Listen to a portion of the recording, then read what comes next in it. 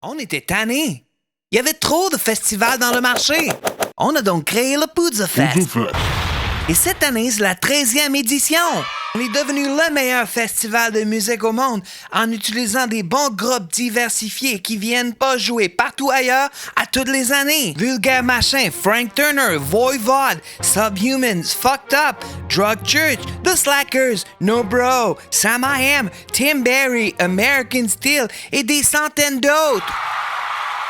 3 jours de spectacles gratuits dehors, ouverts à tous, et en plus, des spectacles individuels en salle avec le passeport 3 jours. Depuis 15 ans, nous avons des dizaines de milliers de festivaliers et artistes satisfaits. Visitez poudzafest.com et essayez-le vous aussi. Poudza Fest. Présenté par la Brasserie Donham et Pit Caribou.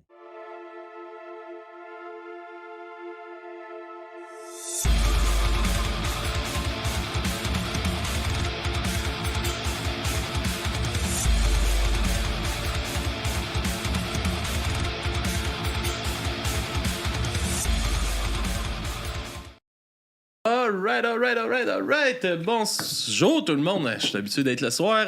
Comment ça va? Bienvenue au podcast du bruit.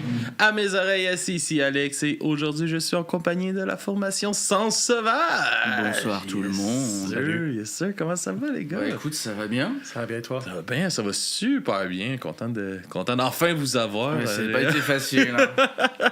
Ça n'a pas été facile, mais là, on est là et on en profite. On en profite. Ouais. On va rester 4 heures à dire des bêtises juste pour se venger. Donc, il vient de faire un podcast, voilà. On a Thomas qui est rendu un habitué du podcast. Ben oui. Et je te laisse te présenter. Moi, c'est Antoine. Enchanté. Comment commence un peu Sens Sauvage? Comment vous êtes rencontrés un peu? Il habitait à côté de chez moi quand j'habitais avenue de Gaspé à Montréal et il organisait des jams très érotiques.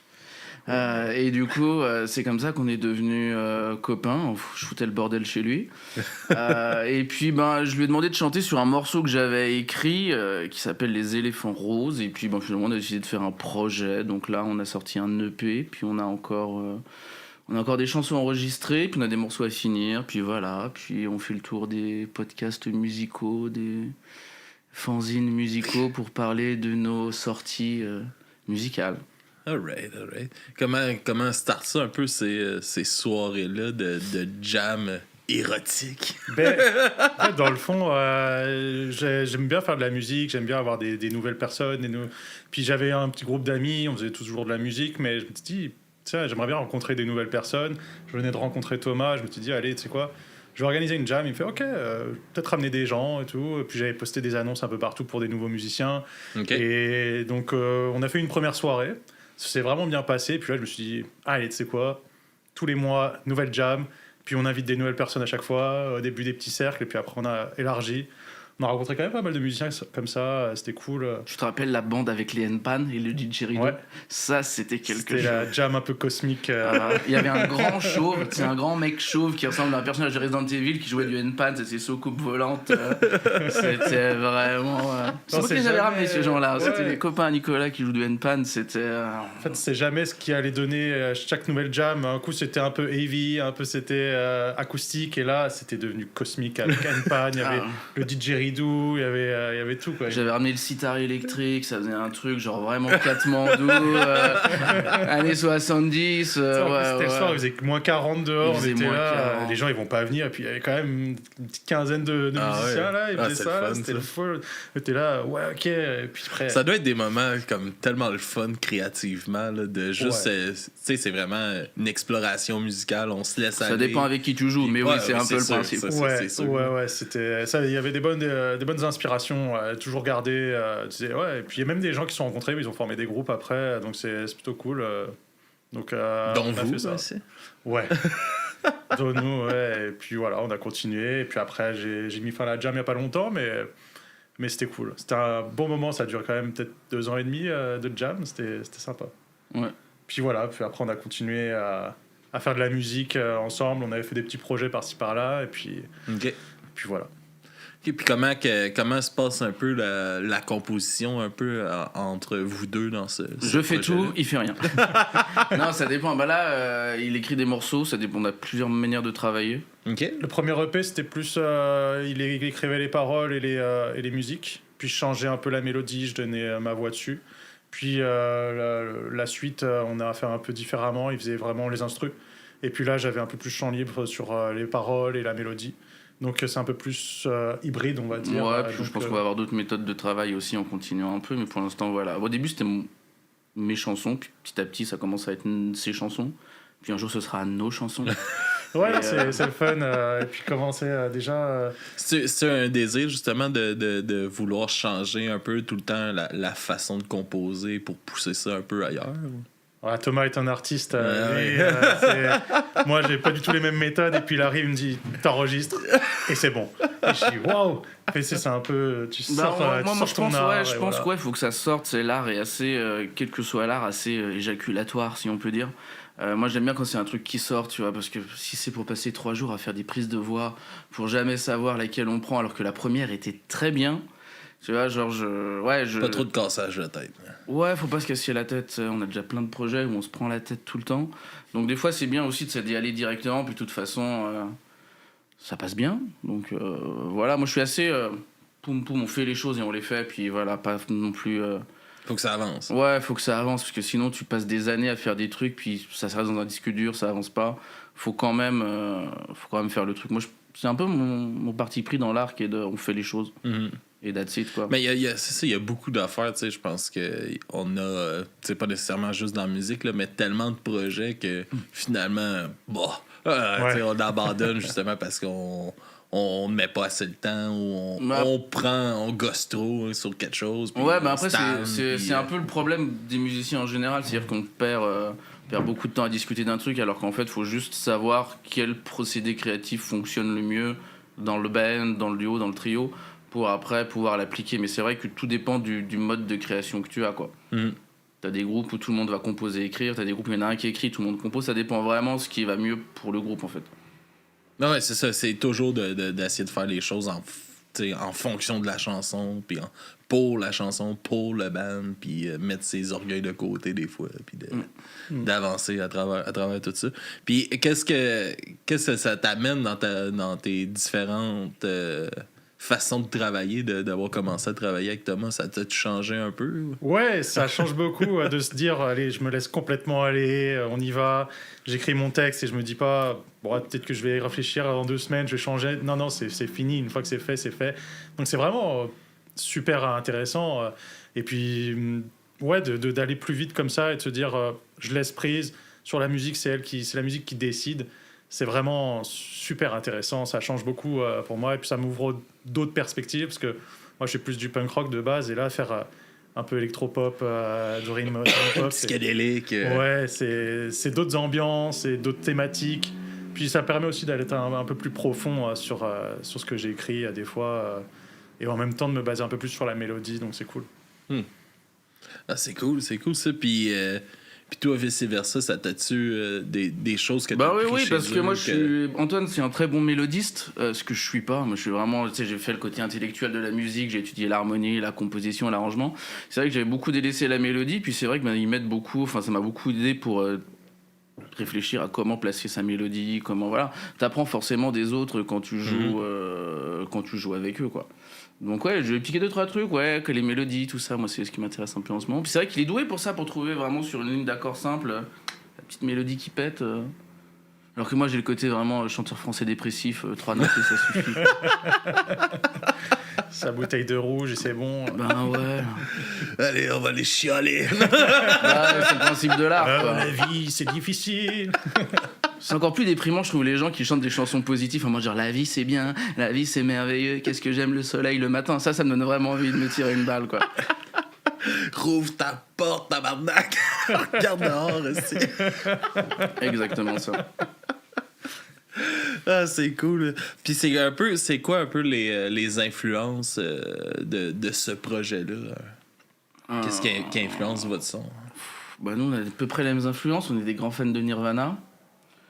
Ouais, mais pour ce projet... Puis les Beatles, ouais, après c'est vrai qu'on n'a pas vraiment parlé d'influence, on s'est pas assis autour d'une table en disant tiens on va mettre 10 chansons puis on va essayer de faire un truc qui sonne là-dedans. Mais c'est venu naturellement quand même, tu sais, un peu Gainsbourg, on se dit des fois, ouais, c'est vrai que ça fait un peu Gainsbourg, sans le vouloir, sans le chercher. Ouais, c'est vrai, parce que bon, Gainsbourg, il fait plein de styles de musique aussi. C'est vrai que quand on est là, on a un nouveau morceau qui s'appelle Noyade industrielle. Ça ressemble vraiment à Gainsbourg, période Love on the Beat, années 80. Puis ouais, c'est vrai qu'on a fait une deux reprises de Gainsbourg. C'est vrai qu'on a un petit côté, Gainsbourg, quoi, tu sais, les maudits français. Ouais, puis tu sais, dans ce beat un peu low, et puis un peu cassure, et puis t'as la voix qui arrive en mode, fait une petite phrase mélodique, et puis d'un coup, un petit truc un peu comme ça. Ça fait très Gainsbourg, tu sais, quand on... Plus très joué aussi, un peu. Là. Ouais. Maniéré, on dirait maniéré. Ouais. Non, ouais, c'est cool. Ouais. C'est ça, plutôt ça, je dirais, nos inspirations. Parce que, bon, après, de l'électropop, de dream pop, je connais pas trop, là. C'est pas vraiment dream pop, mais ouais, vu qu'il y a des synthés qui planent, c'est vrai que ça fait un petit côté dream pop. Ouais. Puis, qu'est-ce que ça vient chercher? Comme tu disais, tu étais un gars qui vient un peu plus de la scène punk, puis tout ça. Qu'est-ce que ça vient de chercher un projet comme ça en dedans de toi? Qu'est-ce que ça compte comparativement, justement, à avoir un band un peu plus garoché, punk, puis... ça apporte un peu de la complexité, dans le sens où on n'est pas sur genre 2 mélodies dans une musique, et puis on les enchaîne, on change un petit solo de guitare, et c'est parti. Là, c'est vraiment... on peut réfléchir à se dire tiens, je vais mettre cette mélodie là et puis je vais faire sa petite sœur mais pas trop la même, et en même temps après à la fin on peut monter, péter un coup, crier tranquillement, histoire de ramener un petit peu de punk dedans, mais tout en restant maîtrisé. Donc c'est ça ça m'apporte pas mal, ce projet, je trouve. Et puis c'est surtout de maîtriser mieux la mélodie. Je trouve que ça nourrit beaucoup mon projet à côté, comme Thomas a nourri ses projets à côté. Comme il dit, je prends un peu de sa mélodie. Une mélodie à 3 notes déprimantes, chantée très monocorde. Ouais. On a la voix qu'on mérite, c'est tout, quoi. Hein. On peut pas non plus... j'aurais aimé avoir une belle voix et faire des belles mélodies, mais c'est mort. Mais alors arrête-moi ça, c'est bon ce que tu fais, Thomas. Si dénigre pas ça, même si c'est juste 3 notes. C'est punk, c'est de la chanson punk, en fait. Là. Puis, tu sais, comme tu disais, là, ça a parti avec la chanson Éléphant Rose. Ouais. C'est de où qu'elle part un peu cette chanson-là, puis qui a fait en sorte que ça s'est développé vraiment en projet. En fait, on a fait, avec son batteur, là, Sébastien, qui joue dans les 91 Dominos, on est parti faire un chalet à Sainte-Agathe-des-Monts en mai 2021. On arrive au chalet. J'espère pas en mai 2020, mon gars. Attention, tu vas me faire arrêter. Ouais, tu n'as pas le droit de sortir de chez vous. Là. On avait le droit de se réunir, je crois. Et bref. Et on arrive au chalet, la radio. Alerte, tornade. Donc au moment où on arrive au chalet, il y a la tornade qui commence, coupure d'électricité. Grand moment, quoi. Ça fait très film d'horreur. Très film d'horreur, comme prémisse, là. Puis évidemment, il y avait des champignons un peu bizarres et voilà, quoi. Ça a donné une soirée avec une tornade qui était très très cool. Donc du coup, j'ai écrit cette chanson, Je cherche des éléphants roses dans la pampa léthargique. Et du coup, je me suis dit, ouais, faudrait quand même... je sais pas, je voulais lui proposer de faire la voix, de faire un feat, comme on dit, une collaboration pour une chanson. Puis finalement, je trouvais que ça passait bien avec sa voix. Puis je me suis dit que ce serait bien de commencer un petit projet, voir ce que ça peut donner, faire des chansons, tu vois, vu qu'on a tout le matériel maintenant pour enregistrer, pour faire de la musique, c'est quand même idiot de pas en profiter. Non, c'est ça. Puis tout ce côté-là est crissement plus accessible pour faire des projets DIY, justement comme celui-là. Puis c'est quoi c'est quoi les autres thèmes que vous aimez aborder dans vos chansons? T'sais, comme là, au début, c'est plus toi qui écrivais les thèmes des chansons. Puis là, toi, tu apportes maintenant ton crayon à ça aussi. On a quoi? On a nos morceaux, là, un nouveau qu'on a fini qui parle d'intelligence artificielle. Ouais. On a un industriel qui parle sur le travail. Vraiment, ça se rapporte vraiment plus à mon travail quotidien. Okay. C'est un peu le défouloir. Je me suis dit, sur cette musique, allez, je mets toute ma haine de mon travail dessus. Faut une place pour en parler de ça. Le morceau faisait 15 minutes au début, on a quand même vachement raccourci, quoi. Je me suis dit, je vais me faire virer après. J'ai exprimé mon burn-out. Mais non, après, c'est vrai qu'il y a beaucoup de tout ce qui est rêve aussi, rêve et introspection. Les futures musiques, c'est beaucoup sur ça, le rêve, un peu les... Middle life crisis. Ouais, tu sais, les rêves, les amours, etc., ce qu'on imagine dans ses rêves. Et puis, il y en avait... ça, Tu fais-tu encore des rêves érotiques? Non, j'ai arrêté. Mais, c'est quand même triste, ça. Ouais. Non. Une petite fois de temps en temps. Là. Non. Pollution nocturne à l'ancienne. Mais ouais, c'est plutôt ça. Après, on est toujours un petit côté psychédélique dedans, mais c'est vrai que ça se mélange beaucoup. C'est les synthés qui donnent ce petit côté psyché. C'est parce qu'on utilise pas mal de synthés planants et des nappes. Mais c'est vrai que c'est pas pensé pour être psyché. Mais oui, c'est vrai, ça donne ce petit côté un peu... Parce que je voulais sortir vraiment, tu sais, du sentier guitare, drum, basse pour avoir utilisé d'autres trucs, quoi. Puis c'est vrai que les synthés, ça donne vite... Tu n'utilises pas des sons communs, tu cherches des sons un peu weird ou un peu différents. C'est vrai que ça donne tout de suite un côté un peu psychédélique. Ouais, mais c'est le fun. Tu sais, ça permet une recherche aussi musicale haute, là, justement, de vous laisser aller jouer avec ça. Puis ça amène votre musique complètement ailleurs aussi. C'est ça le but, leur donne je sais pas. un sens, le fun. Je sais pas, je pense qu'il faut faire un peu des trucs originaux. Parce que je trouve qu'on tourne un peu en rond dans la musique depuis 30 ans. Chercher un truc un peu nouveau, un son différent, que ça plaise ou que ça plaise pas, c'est pas le but, mais essayer de faire un truc quand même nouveau. Ça me fait penser, tu sais, un peu comme Maddie Bucking, que j'avais eu en entrevue. Il me parlait que lui, tu sais, il pouvait passer des heures dans son studio chez eux à gosser après des affaires juste pour... Ah, Chris, j'ai cogné cette bouteille-là, ça a fait ce son-là, on va faire de la musique avec ça.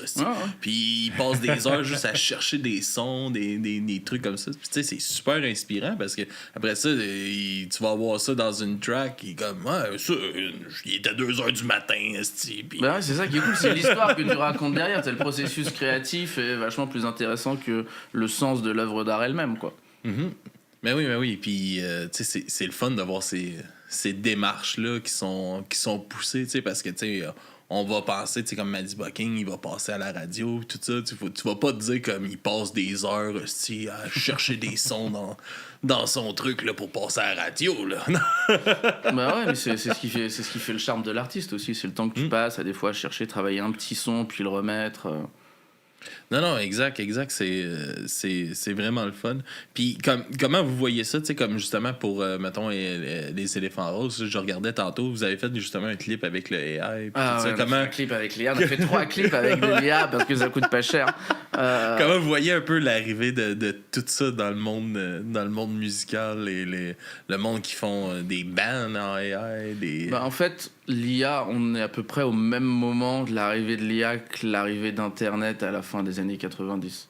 C'est-à-dire que personne n'a la moindre petite idée de ce que ça va donner. C'est-à-dire que quand Internet a été créé, au début, c'était un truc pour que les universités échangent leurs données et tout, que les scientifiques communiquent dans le monde. 40 ans après, qu'est-ce qu'on a du porno? On a du porno et des chats, quoi. Donc voilà, c'est aussi l'IA va être le reflet de l'humanité et c'est déjà le cas quand tu vois toutes les conneries qu'ils font. Je veux dire, le générique de Pokémon par Johnny Hallyday, c'est quelque chose d'extraordinaire. Johnny Hallyday, si vous le connaissez pas, c'était un chanteur pourri en France. Ah, que je t'aime. Et ils ont mis sa voix pour chanter le générique de Pokémon. Je serai le meilleur dresseur. Mais des barres de rire. Puis tout ce qu'ils font, c'est mettre les visages. Nous, on a un président français en ce moment qui est médiocre, Macron. Qu'est-ce qui prend cher avec l'IA, quoi. Ils l'ont incrusté dans tous les trucs. Et tu vois, c'est vrai que bon, t'as le côté marrant qui est là, c'est rigolo. Pour l'instant, c'est un petit gadget, tu vois. Mais c'est vrai que qu'est-ce qui va se passer avec l'IA? C'est assez flippant. Ça fait peur quand même. Tu sais, déjà, tu sais, comme avec l'arrivée des plateformes de streaming, comment que ça a changé l'univers de la musique, de l'écoute de la musique, de la façon de produire sa musique. Puis là, ça s'en revient à... Et même de créer la musique. J'avais un ami, il a une application, et puis il disait genre 3-4 mots, là, il disait, je veux que ça parle de ça. je veux que ce soit dans ce style. Et puis là, l'IA, elle lui avait fait une musique. Et on avait rigolé parce que c'était n'importe quoi. C'était genre, fais-moi la danse du caca. Et puis la musique a été là, danse la danse du caca. T'es là, tu fais, c'est n'importe quoi. Mais il y en a Mais des gens qui l'utilisent là. Ouais, t'as une appli d'IA qui est géniale où tu rentres des paroles de chansons, elle peut t'en donner aussi, puis elle te joue une musique avec tous les instruments et une voix qui va te chanter ce que tu veux. Donc est-ce que le côté gadget est marrant? Est-ce que ça va être un danger pour les musiciens? Ouais, ça va être un danger pour nous. Tu le vois déjà, ne serait-ce que les graphistes, ils ont plus de boulot. On peut faire un truc en IA en 3 secondes. Et c'est sûr que c'est logique entre payer un graphiste $200 pour un visuel et demander à une IA de le faire en 2 secondes. Les gens vont massivement aller vers l'IA qui te le fait en 2 secondes et où tu as des résultats relativement corrects. Donc en augmentant ses capacités dans les prochaines années, ça va devenir... beaucoup de boulots vont se trouver au chômage. Ce sera un nouvel outil. Mais c'est comme tu disais pour Mais il faut Internet. Que ça reste ça. C'est ça qui arrive. Il faut que ça reste un outil. C'est un outil qui va aussi... On va arriver dans les prochaines années à une automatisation par l'IA de beaucoup de travail, de beaucoup de choses, de beaucoup de pénibilité. Tu le vois déjà à Los Angeles avec les Uber sans chauffeur. Donc après, entre ça et... Toi, tu conduis des bus scolaires? Entre le moment où les bus scolaires... C'est fini, ça. Mais les bus scolaires vont être conduits par une IA. Est-ce que tu laisseras 100 gamins à une IA? Je pense que non. ça, je pense que non. Mais après, le problème, c'est que le mec qui conduit le bus scolaire, tu sais pas ce qu'il a bu, ce qu'il a pris, dans quel état il est, quoi. Donc, mais je sais c'est quoi des 75 jeunes dans un autobus qui se tapent sa gueule aussi. Ouais. Mais non, ça, je pense pas que le IA peut le gérer. Non, le gérera pas, mais on en a rien à faire. Les gamins se taperont dessus pour arriver ensemble, ils sont ramenés au bon endroit à la bonne heure, quoi. Donc ouais, l'IA, c'est un changement majeur dans nos vies. Est-ce que ça va être merveilleux? Est-ce que ça va être un enfer? Est-ce que ça va nous déshumaniser? Certainement. Ouais, je pense qu'il faut tester pour voir, et puis voir les limites et voir ce que ça donne. Enfin, moi, des fois, j'ai utilisé ChatGPT pour voir si ce que j'écrivais, ça faisait du sens, là. Puis même une fois, je m'étais amusé à dire, tiens, j'ai fini d'écrire ma musique, écris-moi sur ce thème, et puis il m'écrit des trucs, je fais... Ouais, non, on est très loin de l'artiste, quoi. Il va pouvoir écrire des choses, mais après, moi, ma blonde qui fait de la biochimie sert beaucoup de ChatGPT pour commencer à écrire un truc. Genre, quand elle doit écrire un article, elle a pas d'idée, elle dit fais-moi un truc et c'est une bonne base, ça te lance le début, tu vois, genre les premières fondations, ça peut être bien. ChatGPT, c'est pas mal, hein, quand même. Moi, je m'en sers pour les communiqués de presse, ça te fait des bons communiqués de presse. C'est sûr, ça aide, ça te permet des fois d'avoir des bonnes idées quand on cherche des choses. C'est un outil qui va se démocratiser de plus en plus. On va tous avoir ça au fond de la poche et lui demander de l'aide. Ça n'a rien qu'à voir que maintenant c'est sur Instagram, c'est sur Facebook, t'as une IA dans tes réseaux sociaux. C'est fou, comment que ça progresse vite. Hein? Puis c'est rien que le début, comme tu disais. Non, c'est que le début, mais après, c'est jusqu'où ça va aller. Alors, il y a beaucoup de gens qui pensent que la génération de nos enfants va être bot sexuelle. C'est-à-dire qu'en fait, ils seront en couple avec une IA. Et moi, c'est un truc, c'est complètement con. Mais c'est vrai, t'as déjà des IA girlfriends. Donc en fait, c'est une appli que tu télécharges, tu programmes la fille de tes rêves, puis elle t'envoie des petites photos coquines, elle t'envoie des petits messages, des petits SMS, des petits mon bébé, t'as passé une bonne journée, ça s'est bien passé ton cours. Tu connais ça, mon gars? Il me fait peur. Non. Puis alors t'as les versions de base qui coûtent $10 par mois, mais t'as des versions de plus qui sont programmées pour c'est qu'on a même les prix, là. C'est un truc dont on parle, mais c'est vrai que après... C'est sûr qu'une fois que tu as connu ça à la perfection de l'IA, comment revenir aux humains et aux fake it ghost et aux trucs comme ça. Donc, il y en a beaucoup qui disent que nos enfants seront amoureux d'IA, quoi. En tout cas, il y a une gang d'incels qui vont peut-être se calmer un peu. Non.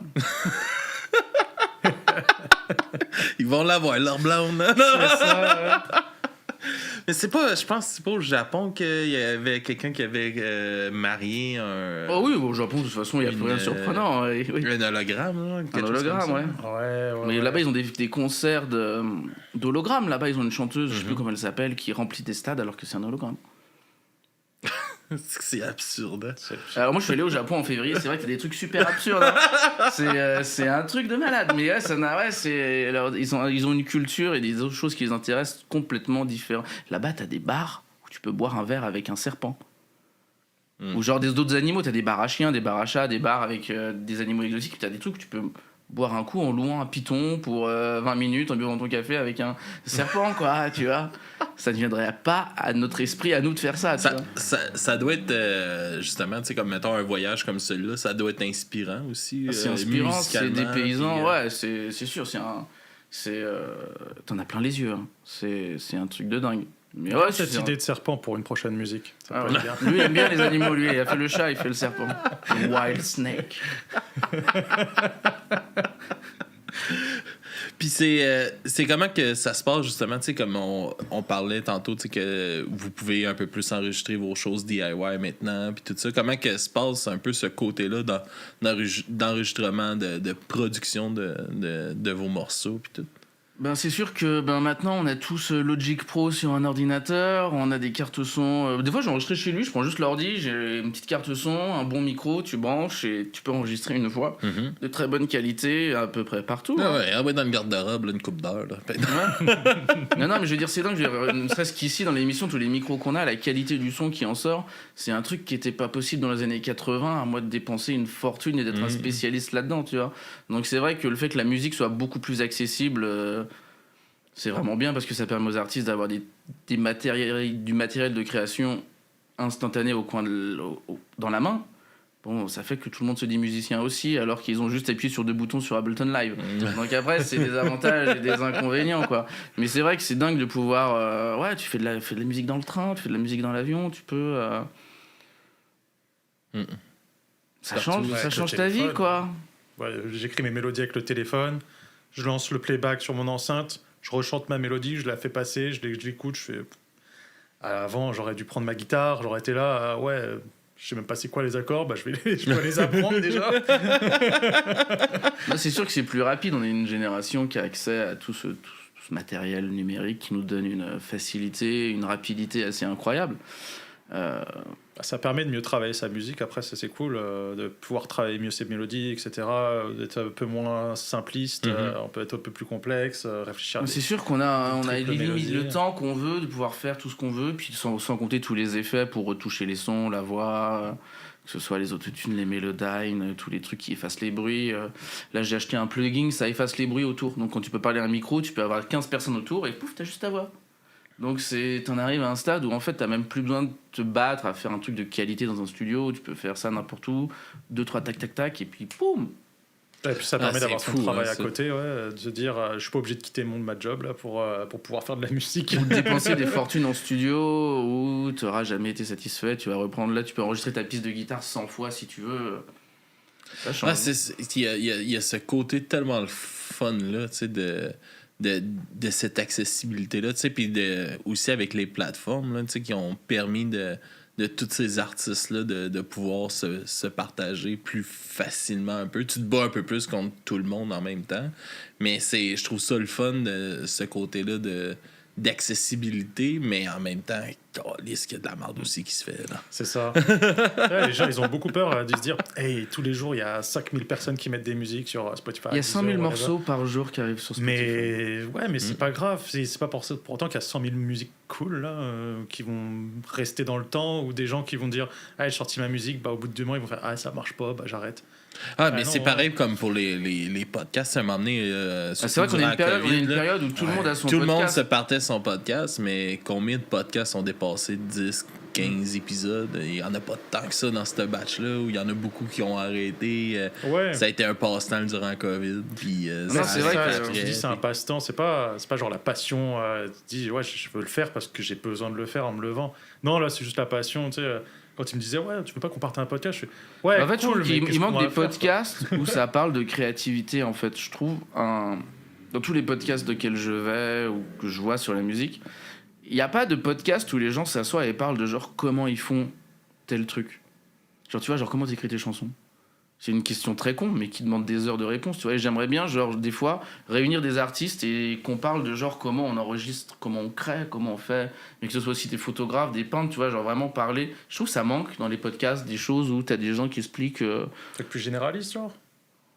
Ouais, t'as beaucoup... Sur l'art, plus... Sur l'art, sur vraiment la créativité, sur comment on enregistre... comment tu crées un truc. C'est un truc très con, mais t'as des gens, ils vont vraiment... tu vois, Lita, elle met des mois à remplir des cahiers de phrases, de trucs, et elle l'assemble après. Moi, je fais pas ça du tout. Et je trouve ça extrêmement intéressant. Mais comment tu crées? Vas-y. Moi, je fais tout d'un coup. T'as l'espace, là. Je sais ce que... Ouais. Moi, je sais ce que je veux faire avant, donc moi, ça sort d'un coup. Fais-le le podcast qu'il n'y a pas nulle part. Ouais, Let's go, c'est le temps. En dehors de moi, mais chaque artiste a des manières de faire différentes et je trouve que c'est un truc dont on parle pas assez. Mais je trouverais ça super intéressant. Trouver un endroit pour se réunir avec 4-5 musiciens, peut-être pas forcément des musiciens, mais des artistes et te dire, comment tu crées? Mais avez-vous, tu sais, comme en partant un peu là-dessus, mais avez-vous des moments où c'est plus prolifique pour vous de créer? Tu sais, y a-tu un moment dans la journée ou une journée de la semaine, justement, que ça se mercredi passe à 4h, non, ça mais arrive, ça arrive. C'est niaiseux, mais tu sais, comme le week-end, t'as plus le temps de te poser, mettons, pour ça, le matin, mettons, ou quelque chose comme ça. Ah, c'est tout le temps. Ça vient tout seul, en fait. Soit je vais prendre ma douche, et puis les 5 minutes où je vais être là, sous l'eau, je fais... Ah ouais, ouais, je vais être là. Ouais, ok, cool. Ou alors je vais faire du vélo. Je pense que la douche est un endroit comme super créatif, là, parce que c'est un moment où tu penses à rien d'autre, t'es concentré, tu te laves, t'as souvent les yeux fermés en dessous de l'eau. Tu sais, je pense que c'est un moment hyper... sans le vouloir, tu fais le point sur ta crise de journée. Là. Tu fais le point sur ta vie. Non, mais après, c'est vrai que des fois au travail, là, c'est le plus chiant, là, parce que quand t'es là, t'as ta mélodie en tête, tu te dis, hey, il est que 10h du matin, là. Faut que je tienne jusqu'à 4h, là, avant de pouvoir l'enregistrer. Tu vois, toi, moi, je le fais au travail. Des fois, je prends un petit moment, puis je note les trucs, les enfants me regardent et se demandent ce que je fais. Mais oui, des fois, ça vient, t'as pas le choix, faut le faire. C'est un peu comme toi, moi, ça vient très souvent, ça dépend. J'ai des périodes très créatives où je produis beaucoup, puis des périodes de jachère. Mais y a-t-il des moments dans l'année, tu sais, comme l'automne, l'hiver, que l'automne, c'est vachement inspirant, je trouve. C'est une période où on est tous un peu créatifs. Moi, je suis pas très automne, là, j'avoue. Je déteste l'automne. Tout est plus, tout meurt. Ouais, c'est ça. Tu sais, il fait gris, il pleut, là, tu es là, je suis plus printemps, là. Moi, je sais pas, moi, c'est la mélancolie. Plus mélancolique. Ouais, l'automne, t'es déprimé, tu joues de la guitare. C'est parce que moi, je fonctionne plus avec le soleil. Tout meurt alentour de moi. Mais je ne touche pas d'héritage. Je pense que je fonctionne plus avec le soleil pour créer et puis pour produire. Moi, quand j'ai trop chaud, je peux pas créer. Genre l'été, à Montréal, au mois d'août, quand il fait 40 pendant 3 jours, mon cerveau ne veut pas créer, quoi. C'est ça qui fait qu'on est uniques tous. Mais c'est ça qui est cool, tu vois. C'est pour ça que c'est cool de faire un podcast où tu te réunis avec des gens et où tu essayes d'expliquer, genre, comment tu crées, pourquoi tu crées déjà. Les bienfaits d'écrire sur la douche.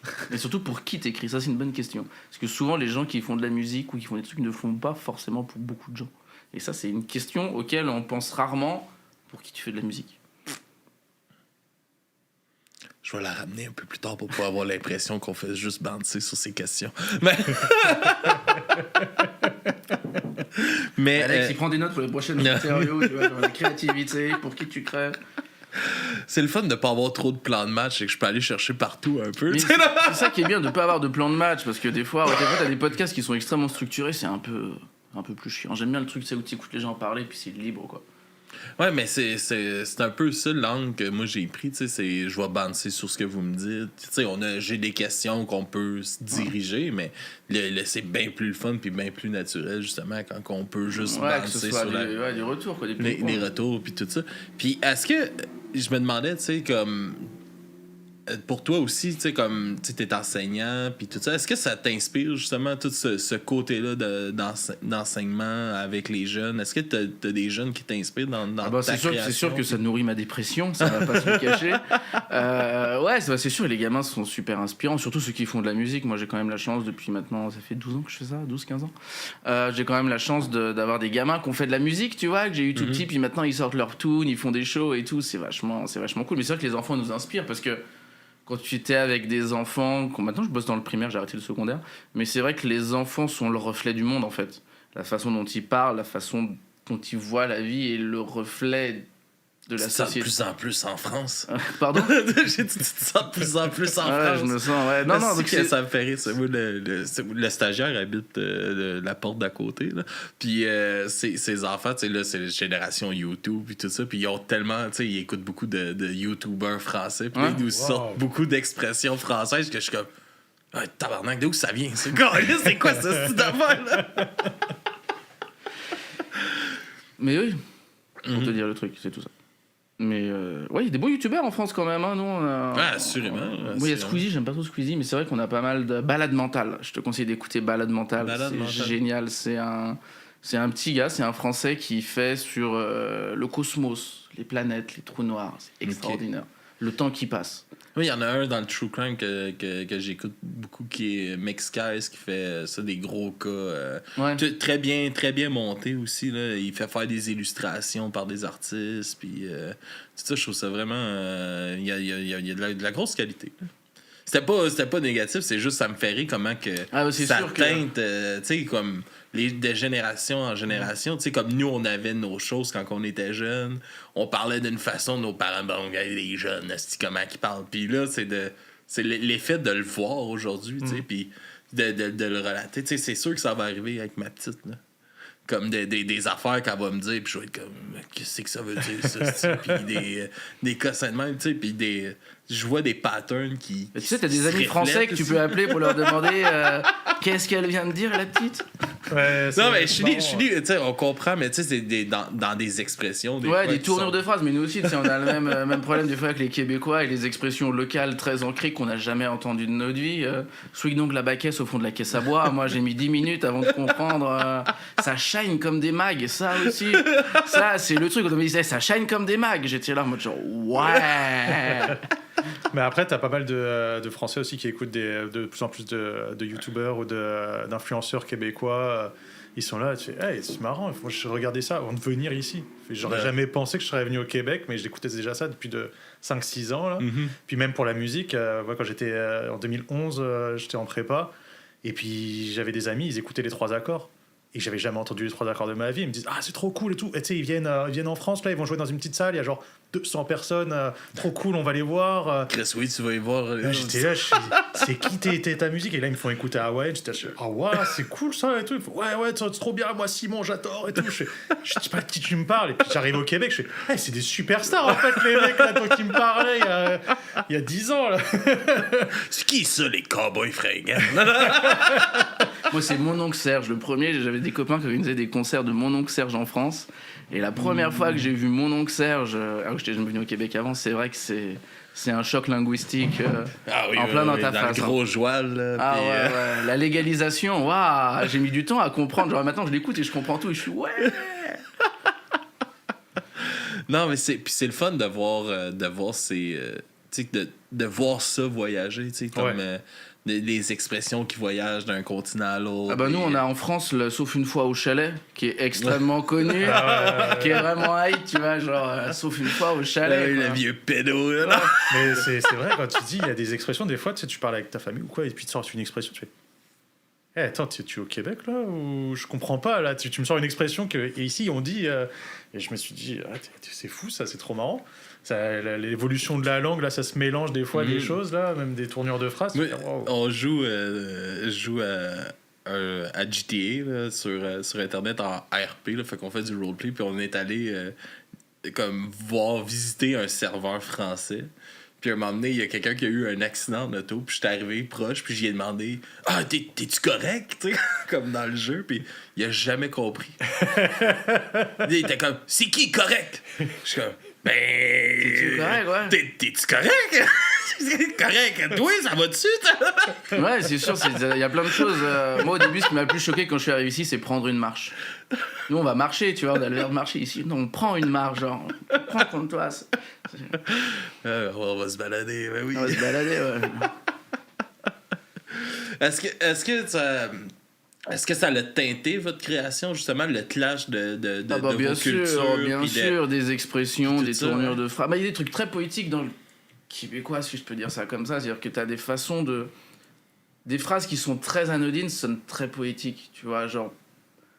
T'as des tournures... Tu veux-tu une bière? Tu vois, genre, c'est tellement joli, c'est tellement doux, c'est pas tu veux une bière, c'est tu veux-tu une bière? Tu vois, genre, t'as une espèce de douceur, de... Ça, comme tu disais, prendre une marche, t'as ton ami Andréane, celle qui fait prendre une marche au dépanneur. Ouais, prendre une marche au dépanneur, ouais, mais quoi... Faire une marche, musique, j'irais prendre une marche au dépanneur, et tu sais... J'aurais pas imaginé qu'on chanterait ça, là. C'est très poétique, il est super bien, cette chanson, c'est super joli. Une marche au dépanneur. Ouais, c'est sûr. Chez nous, un dépanneur, le dépanneur, pareil. En France, un dépanneur, c'est celui qui vient chercher ta voiture quand t'es en panne. Et du coup, on cherchait un appart ici, c'était proche dépanneur. Et tous, c'était marqué proche dépanneur. On disait, mais on n'a pas de problème de voiture, putain. Pourquoi? J'en aurais même pas de voiture. Pas d'auto. À Montréal, esti. Pourquoi faire? Donc, ouais, non, c'est sûr, moi, ça m'influence beaucoup dans ce que j'écris. Puis, surtout en littérature, parce que j'écris des romans, et là j'écris un roman qui se passe au Québec. Donc forcément, il y a des petites tournures de phrases qui viennent du Québec que je trouve très jolies. Mais après, j'ai toujours un peu peur de me tromper ou de mal les utiliser, tu vois. Donc c'est sûr que j'ai utilisé ça avec parcimonie. Mais oui, c'est sûr que ça nous influence, forcément. Ça fait 5 ans que je suis là, moi. C'est sûr que plein de trucs m'influencent sur la façon de parler, la façon de vivre, la façon de penser. Tu vois, genre, c'est un autre monde. Même si on parle la même langue, oui. c'est totalement différent, tu vois. Non, mais assurément que c'est différent. Tu sais, pareil, comme moi, quand je suis allé à Paris, tu sais, c'est niaiseux, là, mais justement, une expression de ouais, je comprends ce que tu veux dire, mais câlisse ici, ça fait aucun sens que tu viens de me dire. Puis alors surtout les Parisiens qu'on leur parlait, leurs machins, leurs expressions, oh là là là là. Mais moi je les comprenais pas quand j'ai fait mes études à Paris. Je pense que le pire c'est quand tu reviens en vacances après genre 1 an et demi que t'es là et puis tu commences à parler avec des expressions ou des mots et puis on te regarde, ils rigolent, ils sont là. Tu fais... Ouais. Mon tabarnak. Mais ça c'est... Là, c'était ça qui me fâchait des fois, c'est comme... Chris, on parle français les deux, là. Je comprends qu'on n'utilise pas nécessairement les mêmes expressions, les mêmes mots pour quelque chose, mais ça, on est capable de se comprendre, là. Ouais. Après, ouais, non, mais alors tout dépend aussi. À Montréal, ça va, mais quand tu vas un peu dans le Nord, les Français sont perdus. Hein. Ouais, surtout quand c'est très imagé, quand t'as des... Je trouve que quand tu vas dans le Nord, les Gaspésiens, par exemple, ils ont beaucoup d'images dans leur façon de parler, on les a pas. Tu vois, donc c'est sûr que t'as tout ce truc, c'est un coup à prendre, mais c'est vrai que ouais, c'est deux façons de parler très proches parce qu'elles viennent du même endroit, mais tellement différentes dans le truc, tu vois. Puis là... Puis c'est une autre sensibilité aussi, tu vois. On revient au tu veux une bière. Non. Je pense que si tu dis à quelqu'un tu veux une bière ici, c'est trop agressif, quelque part, non? Donc des fois, je pense que c'est aussi ça qui est difficile pour les Français, c'est de doser le dosage de langage en québécois. Puis là, pour qui t'écris? Pour qui tu composes? Pour qui tu fais de la musique? Pour sa mère. Pour qui on compose? Je sais pas. Moi, je pense que je compose pour une petite gang de personnes. Après, je pense que c'est très freudien. En fait, les artistes essaient de faire plaisir à leur mère d'un certain côté. Donc, pour qui on écrit? Ouais, je sais pas. Moi, je pense que j'écris pour un petit groupe de personnes. Après, si ça plaît à plus, c'est le fun. Sinon, tant pis. Ah, c'est différent. Moi, j'écris plus pour le plus possible. Moi, j'ai pas envie que ça soit juste pour... petite gang de 10 personnes là. J'ai envie que ma musique elle soit écoutée par tout le monde. Oui, mais même aussi j'ai envie que ce soit. Mais après, est-ce que... Ouais, mais c'est toujours c'est la grande question. Ce dilemme, se dire est-ce que je fais de la musique pour les musiciens pour qu'ils disent ah t'as vu il y a la petite subtilité, le machin, il a utilisé le truc qu'il y a que 10% des musiciens qui utilisent. Non, en fait j'ai envie que ma musique elle soit écoutée par des gens qui écoutent genre Taylor Swift, qui se posent pas de questions non plus, mais en même temps s'ils peuvent avoir... J'ai pas envie que les gens qui écoutent Taylor Swift écoutent ma musique quoi. Mais non, mais genre ça peut amener à plein de réflexions là, t'es sûr là? Non. T'as vu J'avais une amie qui est grandue complètement à crackpot là, sur Taylor Swift là. Puis là, elle me contait qu'elle avait, c'est comme il y a pas longtemps là, elle a fait un show je sais pas trop où là, puis elle regarde toutes les lives là, de ses shows là, puis là elle était comme ah si là elle est arrivée à cette tune là, puis elle a changé de robe, j'ai pleuré. J'étais comme mais là ça fait comme 10 fois qu'elle fait cette tune là, puis elle change pas de robe. Puis là, elle a changé de robe. J'étais comme... Voilà, on en est rendu dans la musique. Ouais, c'est ça, tu vois, genre... C'est ça, alors que tu sais, t'es musicien, t'écoutes, tu fais hey, c'est marrant, ils disent des choses comme ça maintenant. Genre, j'étais à Oshiaga cet été, j'ai découvert Chapel Roan. J'étais là, je fais ok, je connaissais pas. Et puis en fait, ça passe à la radio partout. Puis j'écoutais ces musiques, je fais parce que j'essaye de me mettre un peu dans ce qui se passe actuellement pour pas rester genre dans les Beatles, là, mais... Et puis j'écoute et je fais hey, c'est marrant, maintenant ils disent des insultes, ils disent des trucs ultra crus, ils sont là, ouais, t'étais avec moi sur la banquette arrière à me manger, là. Tu fais waouh, on dit jamais ça avant, là. Tu fais, ça a évolué la musique, genre ok, on peut peut-être aller un peu plus loin maintenant. C'est bien d'avoir des jauges comme ça. Je pense que c'est plus comme ça que je le vois, de me dire où est-ce qu'on peut se positionner maintenant pour que les gens ils nous écoutent, ils nous apprécient autant que... pas rester dans notre petit truc en disant ouais t'as vu j'ai fait ça, c'est cool. Non, exact. Puis qu'est-ce que ce projet-là t'amène à toi? Tu sais, je te l'ai posé un peu tantôt, mais tu sais, toi t'as déjà beaucoup de projets, t'as déjà beaucoup d'affaires, puis qu'est-ce que celui-là t'amène de plus à quoi que... Il faut pas penser genre tu sais faire de la musique uniquement pour... tu fais de la musique parce que quand t'es musicien tu fais de la musique. C'est un peu le truc de base, quoi. Mais qu'est-ce que ça m'apporte ? Ça m'apporte de faire des choses. Moi, je cherche à faire le plus de choses possible avec le plus de gens, donc juste pour apprendre des choses de l'autre, pour découvrir des nouveaux moyens, pour faire de la musique, quoi.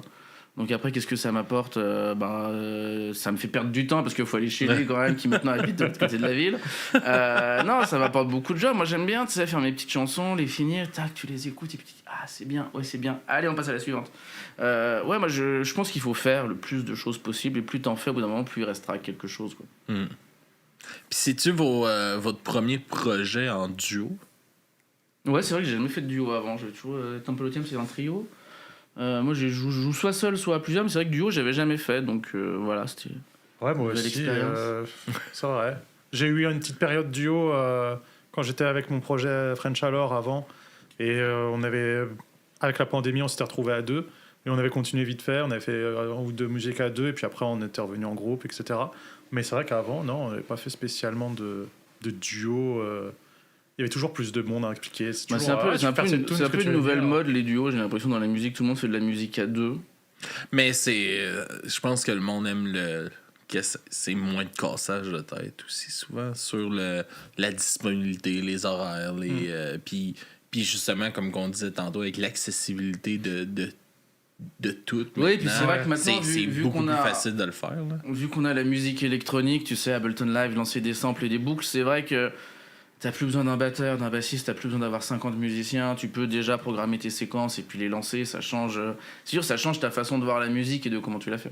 Après, ce que je me disais quand j'avais commencé le projet 91 Dominos, on était deux, on était juste batterie, guitare, chant. Et puis on s'était dit, ouais, c'est bien parce que d'un côté, moins il y a de gens impliqués, plus c'est simple. Moins il y a de gens à rémunérer, à payer. Non, le paramètre humain, il est toujours ultra important. Là, se dire, ouais, est-ce qu'ils vont venir les gens, est-ce qu'ils vont pas venir, est-ce qu'ils vont nous lâcher ou quoi. T'es deux, tu te dis, deux. T'es obligé d'être deux, là, minimum. Obligé. Tu peux faire une session avec toi-même, tu peux te virer de ton propre groupe. Ah ouais, bien sûr, ouais. Après, c'était schizophrène, c'est autre chose, là. Mais... Je pense pas. Il y a comme... Zad de Capab, le chanteur du groupe Capab, qui a son projet solo, qui est complètement tout seul. Puis lui, il a tout fait ses beats, puis là, il a tout mis ça sur SoundCloud. Puis à cette heure, il dit, je peux faire des shows n'importe où. J'ai ma track sur SoundCloud. Pas moi ça, je te chante ça comme un karaoké. Si je me garage un bord puis de l'autre. Maintenant, c'est vrai que t'as beaucoup ça aussi, des artistes qui chantent sur des tracks. C'est sûr, quand t'es rendu à l'électronique, où au final, t'as pas d'instrument réel, ça vaut pas la peine de... c'est ce que t'as fait aussi pendant un moment. C'est vrai que tu t'arrives avec tes affaires, tu branches, t'as juste ta guitare. Ouais, mais moi je loupais. Moi, c'était pas juste une piste sur laquelle... Moi, je le faisais un peu de temps en temps, mais c'est vrai que j'utilisais plus un looper. Mais oui, c'est vrai que c'est bien de jouer tout seul aussi, ça change ta manière. C'est une différente organisation. C'est des goûts, je pense. Parce que c'est vrai que moi, je suis pas fan de faire ça là. J'aime bien quand il y a des gens autour de moi, que j'ai c'est un partage. C'est un partage. T'as l'énergie, c'est bien. Moi, ça me manque de jouer en groupe finalement, parce que tu sais, j'aime bien l'énergie qu'il y a à plusieurs quand ça joue. Mais après, c'est vrai que maintenant, c'est plus difficile de trouver des salles qui acceptent des batteurs. Il faut se déplacer, c'est compliqué. C'est sûr que maintenant, t'as un ordinateur, un launchpad, un machin, tac tac. En 3 secondes, tu peux faire un morceau. C'est comme ça que ça se fait. Donc, ça change la façon de voir le truc. Non, assurément. Puis, tu sais, comme, justement, c'est quoi votre préparation pour des shows ou des affaires comme ça? Il a fait les bacs et ouais, en fait, vu que les tracks sont instrumentales électro, j'ai gardé juste les tracks avec les synthés et les beats. Moi, je fais la guitare, puis lui, il chante et on lance les tracks. Wow, ça fait quelques répètes comme ça. C'est vrai que c'est ce qui marche, je trouve, c'est ce qui est assez efficace, parce que comme ça, t'as la musique de l'album sans forcément le jouer en acoustique. Ce serait bête de jouer un truc qui est un peu électro-pop en acoustique, puis le jouer en vrai tel quel. Faire un full concert, ouais, c'est un peu... Ça nous demanderait 3 claviéristes... de quoi que vous aimeriez faire pareil à un moment donné, de le faire full band puis un triple. Ouais, faudrait le faire, mais ce serait compliqué. Chris, vous avez fait des jams pendant 2 ans et demi. C'est sûrement des musiciens là-dedans qui feraient on va me faire un trip aussi. Tout dépend du niveau des musiciens, mais oui. Non, c'est cool. Puis c'est un peu quoi qui s'en vient pour vous autres dans le futur un peu? Y a-tu des choses de projets un peu que vous... Lui, vous toi, travaillez. tu bosses sur l'album des 91 Dominoes. Ouais, en moi ce moment j'enregistre en janvier mon album avec 91 Dominoes. Là, on vient de sortir notre single. Et donc, ouais, c'est ça. C'est surtout sur ça qu'on bosse. Là, je prépare tout l'enregistrement, toutes les ghost tracks. Ça, ouais. On est en train de finir les ghost tracks pour. Tout est seté. Et puis, on enregistre ça tout le mois de janvier. Sorti, je sais pas, peut-être juin. On verra septembre. OK. Mais ouais. Puis avec Sens Sauvage, on a encore des musiques à enregistrer Ouais, pour faut le qu'on prochain termine EP. là. On a pas mal de petits nouveaux trucs à finir. Faut qu'on se motive. On a quand même déjà pas mal de nouvelles tunes. On en a pas mal, ouais. Puis elles sont vraiment bien. On se bat là sur se dire hey, là elle fait 5 minutes, je peux pas me faire une version de 3 minutes 30 pour genre la radio. Il me fait non. Ah ouais, on a fait là, on a un morceau, la version courte, on a la version longue, on a la version très longue, on a la version. On a J'aime bien quand il y a 4 refrains. Je fais hey, c'est trop là. Ouais, mais après c'est le problème qu'on a. Laisse-moi créer! Merde, on veut plus de refrains. Bah après c'est vrai que Spotify nous force à faire des morceaux de 2 minutes 30, donc dès que tu rajoutes un peu. Puis moi j'aime les longues intros. Tu sais, j'aime bien, t'as une petite intro, puis t'as la vraie intro, et puis t'arrives sur le truc, tu vois. J'aime bien quand tu rentres. Ouais, on se challenge, c'est cool. Comme le sexe, quoi. Faut qu'il aille en douceur, quoi. Un petit préliminaire avant d'envoyer le pâté, quoi. Écoute, des fois un quick sex, ça suffit bien. Ouais, je préfère pas baiser que baiser. L'esprit créatif et l'esprit punk qui se clashent aussi. Bah c'est ça, ouais, c'est très punk la création. Exactement. Tu sais, c'est de quoi que j'ai réalisé à travers les années du podcast. Tu sais, comme j'ai reçu du monde de tous les genres, là. Puis, tu sais, à la base, on était très, très axé punk, hardcore, metal. Puis, on s'est ouvert avec la classique contemporain, le ci, le ça. Ouais. Puis, j'ai rencontré des compositeurs, puis j'étais comme dans ma tête, là, ce gars-là, là, peut-être qu'il le sait pas, là, mais à quel point qu'il est un fucking punk, man, quand il parle. Il y a plein de gens qui sont très punk alors qu'ils ont pas de crête, hein. Non, c'est ça, qui s'en rendent même pas compte. Mais ouais, tu sais, une fois j'étais allé voir Merci, un studio quand j'étais encore en train de me dire je vais faire un petit projet solo, machin. J'avais fait mes tunes. Je t'ai dit je vais aller voir un studio pour voir qu'est-ce qu'il peut me proposer, s'il peut me faire des instrus ou quoi. Et puis là, il était en train d'enregistrer une chanson de Noël pour un dude là, je sais plus comment il s'appelle. Il me dit ouais, ça c'est pour qu'il fasse passer après IGA, métro, tout ça là. Et puis je voyais le mec, je fais waouh, ok, on dirait un bon punk et tout. Et puis là, j'écoute là, il me fait ouais, écoute là la musique. Je fais ah ouais, en fait, pas du tout, c'est pas du tout un punk le mec. Non, c'était un petit ouais, non, Noël. Là. Je fais ah ouais, ok. Je fais non, moi je suis pas prêt à ça. Mais non, c'est le fun, tu sais, puis un peu ça aussi, tu sais, à travers la scène, à travers les spectacles, tu sais, les bands que vous rencontrez, tu sais, on rencontre tellement de monde différent qui se rejoignent juste par une seule crise d'affaires, puis c'est la musique, la composition, tu sais, tout ça qui rejoint ce monde-là, puis en bout de ligne, peu importe le style que tu fais, on dirait qu'il y a tout le temps la même étincelle qui a parti ça, tu sais, c'était le désir de communiquer quelque chose. Ouais. Puis c'est cette façon-là qu'on a trouvé de le faire, peu importe c'est quoi le genre, tu sais. Ouais, et puis c'est fun justement quand tu commences à faire pas mal de concerts avec des nouvelles personnes, tu les rencontres, les groupes, tu vois. Après, tu les suis sur Instagram et puis tu vois où est-ce qu'ils en sont 6 mois, 8 mois après. Puis tu vois ceux qui ont vraiment envie. Là, c'est genre, j'avais fait un band une fois avec les Sarcastiques.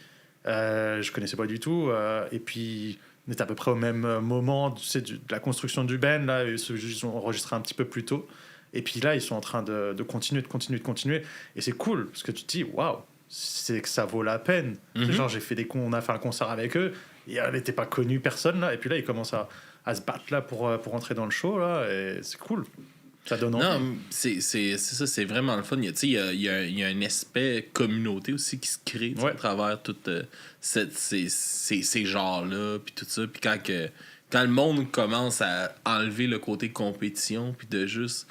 Puis moi, c'est de quoi que j'essaie de débattre beaucoup dans le podcast. T'sais, moi, je me sens pas en compétition contre les autres, puis j'ai pas envie de l'être non plus. C'est tout le temps de... Si c'est bon pour toi, mais c'est bon pour moi. Je veux que ton podcast soit le meilleur possible aussi, pour que le monde ait envie d'en découvrir des podcasts, puis que peut-être éventuellement il tombe sur moi. Puis j'ai envie de produire le meilleur contenu pour que le monde ait envie d'en découvrir, puis qu'il tombe sur vous. Moi, j'écoute des podcasts, genre s'il y a un artiste ou je sais pas, un écrivain, un jeu vidéo, peu importe, un truc que j'aime bien, je vais écouter tous les podcasts où il va passer le mec ou l'artiste. peu importe, là, je vais pas me dire, ouais, c'est ce podcast-là, ouais, non, mais je préfère celui-là. Non, je vais tous les écouter. Fait que, y a pas vraiment, je trouve, il n'y a pas de compétition en soi dans le podcast. C'est pas Mais trop il faut mon pas, truc, là. il faut pas. Puis tu sais, c'est comme ça que tu vois, tu sais, comme le monde qui vont ressortir aussi, tu sais, comme souvent, ça va être des gens que, tu sais, on est impliqués, on est là, on entraide, puis c'est eux autres qui finissent par clôt à travers tout ça aussi, puis c'est ça qui est beau, là. On va-tu en musique? On va-tu en musique, ouais? Tu veux qu'on te chante une Tranquille. petite toune? Ben ouais, mais on peut aller dans les découvertes. Vous laissez le temps de vous installer, puis on finit sur votre prestation. Qu'est-ce que vous nous amenez en découverte? Alors, j'ai ramené un titre de Kachimi, Alex Kachimi, chanteur franco-suisse de Genève, pays connu pour son chocolat et ses banques. Et sa prostitution également. N'oublions pas qu'il y a de très bonnes maisons closes à Genève. Je vous conseille le menu des plaisirs à Carouge, où pour 400 francs, vous avez le complet. Il y a Snideflix là, qui est dans le chat là, qui disait que tu connaissais beaucoup d'affaires louches. Tantôt, quand tu parlais des applications de AI Girlfriend. J'ai une passion pour le soufre et les côtés dark. Mais oui. Donc c'est un très bon ami à moi qui fait de la très bonne musique, qui jouait dans les Rebels of Tijuana et il a sorti un single. Alors d'habitude il fait plus un peu pop yéyé, mais là c'est un peu pop électro avec des petits synthés, c'est calme, c'est très chill, j'aime beaucoup. Joli raccoon. Alright, puis moi je vais vous clasher ça avec la formation de Lookout qui vient de sortir un nouvel album. Fait que on va leur donner un petit coup de main. Un petit love avec leur nouveau clip qui est I know the future. I know the future. Un petit peu plus punk pour ça. C'est bien le punk, ça réveille. Ben oui, on va commencer avec ça, puis après ça, on va écouter votre découverte. Et on vous revient avec les gars de Sens Sauvage en prestation dans les studios. À tout de suite, tout le monde.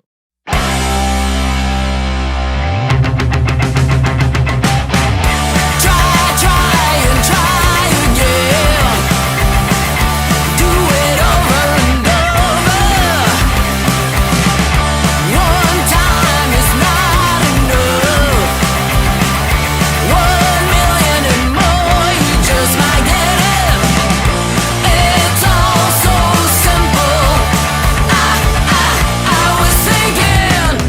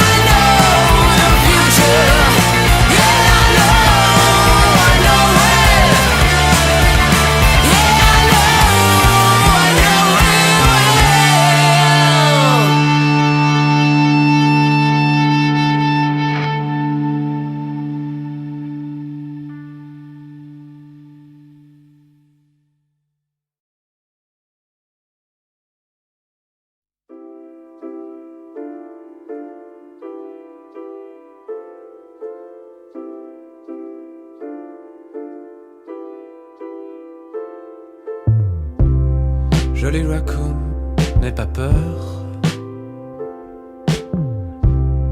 L'objet que tu laves, prends garde. Tu vas l'effacer à force de le lisser.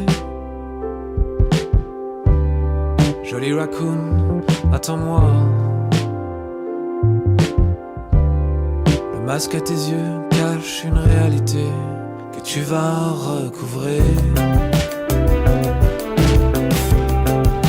Que tu vas recouvrer.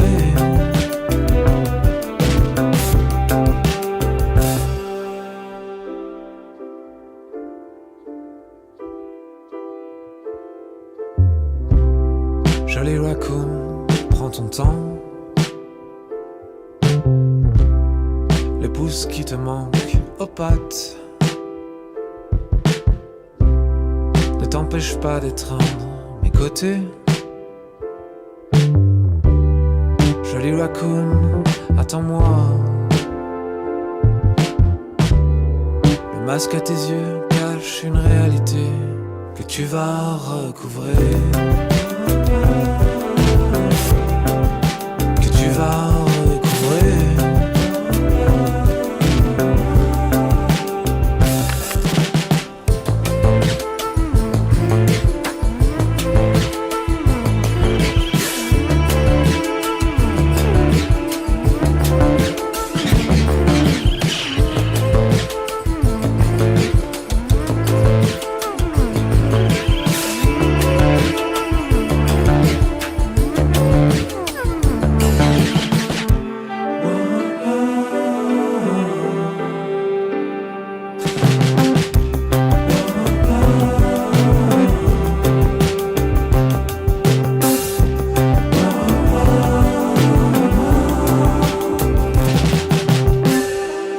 Joli raccoon, entends-moi.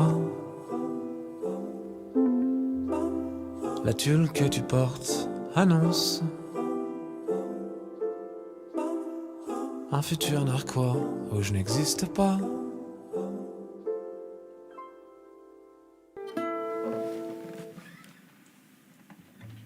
Alors, let's go. Salut. Cette chanson s'appelle Rêve de lendemain.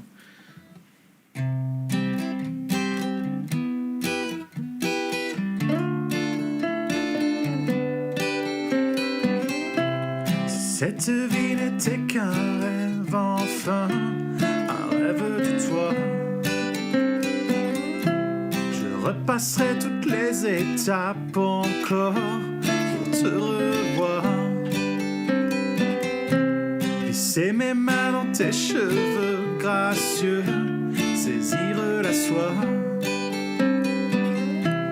Caresser les courbes de ton corps, m'arrêter sur les traces de doigts. Nous sommes tous deux plus des enfants pour avoir des gestes hésitants.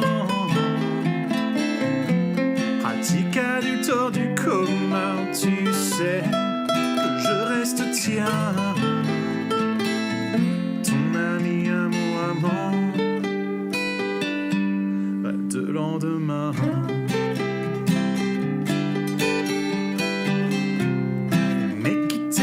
Tour de rôle, parfois, c'en était même drôle. Les marques gravées sur nos peaux témoignaient qu'on était accro. La tension était palpable, nos regards quasi insoutenables. Et transpirant d'amour intense, imagine la fin de cette danse. Nous sommes tous deux plus des enfants pour avoir des gestes hésitants. Pratique adulte hors du commun, tu sais que je reste tien. Ton ami, amant, rêve de lendemain.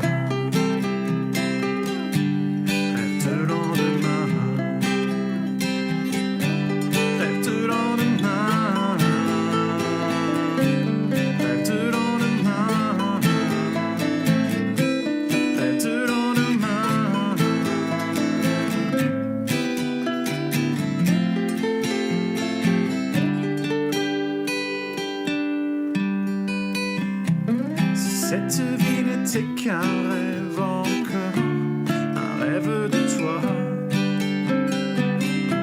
Je repasserai toutes les étapes encore pour te revoir. Allonge-toi encore une fois contre moi et guide mes bras. Et attachons-nous fort au barreau et cette fois jette la clé à l'eau. Nous sommes tous depuis des enfants pour avoir des gestes hésitants. Pratique adulte hors du commun, tu sais que je reste tien. Nous sommes tous depuis des enfants pour avoir des gestes hésitants. Pratique adulte hors du commun, tu sais que je reste tien. Ton ami amour amant, ton ami amour amant, ton ami amour amant. Rêve de lendemain.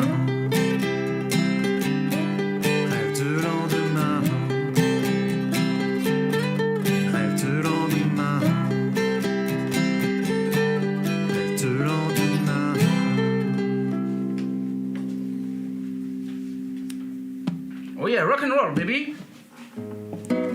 On va faire les éléphants roses. La fameuse. Allons chasser des éléphants roses sous la tornade.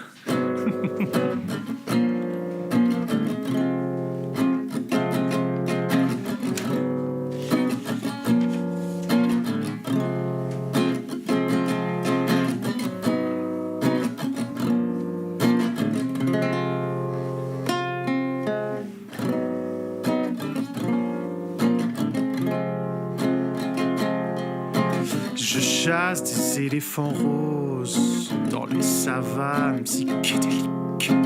Je compte gentiment les échymoses, l'attente d'un grand déclic. Ici, ça ne sent pas vraiment la rose, mais ça sent meilleur que le fric. Mes amis ont tous le regard morose, ça ne sert plus à rien d'être sarcastique. Est-ce que tu vois ce que je vois? Est-ce que tu vois ce que je vois? Est-ce que tu vois ce que je vois? Est-ce que tu vois ce que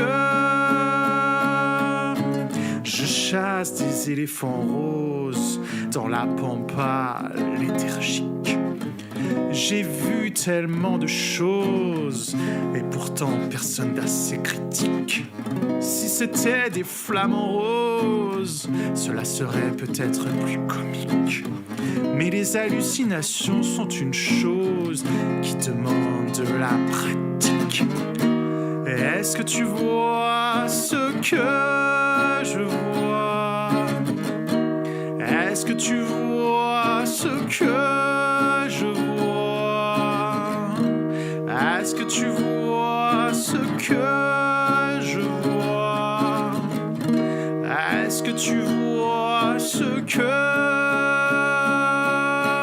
je poursuis mes éléphants roses? Digestion de champignons magiques. Je frôlerai l'overdose et me tournerai vers le mystique. C'est vu tellement de choses, des mondes sans flic. Le temps qui prend une pause, la grande lumière elliptique. Est-ce que tu vois ce que je vois? Est-ce que tu vois ce que je vois? Est-ce que tu vois ce que je vois? Est-ce que tu vois ce que...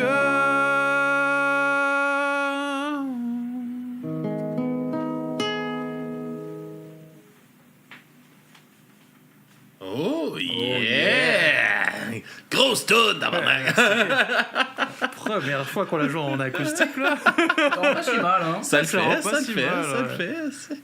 Et merci beaucoup, les gars. Bah, merci à toi Bah, pour merci ton beaucoup, accueil, c'était- ton professionnalisme, ta gentillesse, et puis... Mais merci. C'était super le fun de te recevoir une autre fois encore, Thomas, puis de te rencontrer. Bah, merci, Super. j'espère te revoir. Ben, j'espère aussi quand que vous allez sortir du nouveau stock, je n'ai Ah, pas de. on Comme t'enverra un d'habitude, mail. Thomas, tu nous contactes et on jase de ça Ça ensemble. Je t'enverrai un petit message pour mon autre projet. Ben oui, aussi, assurément.